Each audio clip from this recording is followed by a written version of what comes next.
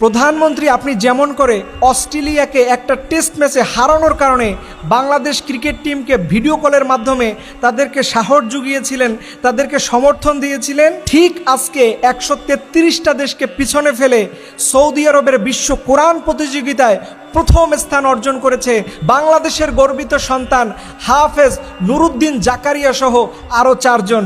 আমরা আশা করব আপনি তাদেরকে ভিডিও কলের মাধ্যমে সাহস যোগাবেন, তাদেরকে সাপোর্ট দিবেন।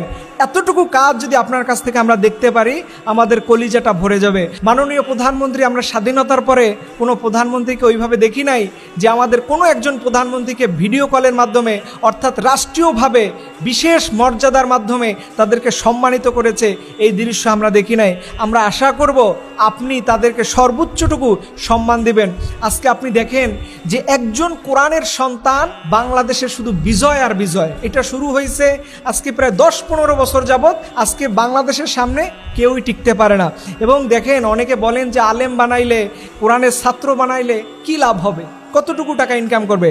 আপনি জানেন এই যে হাফেজ নুরুদ্দিন জাকারিয়া, এরকম যারা বিশ্ব কোরআন প্রতিযোগিতা প্রথম স্থান অর্জন করে, অন্যান্য স্থানগুলো অর্জন করে, এরা যে কত লক্ষ লক্ষ টাকা সেখান থেকে সম্মানই পায়, আপনি কল্পনা করতে পারেন?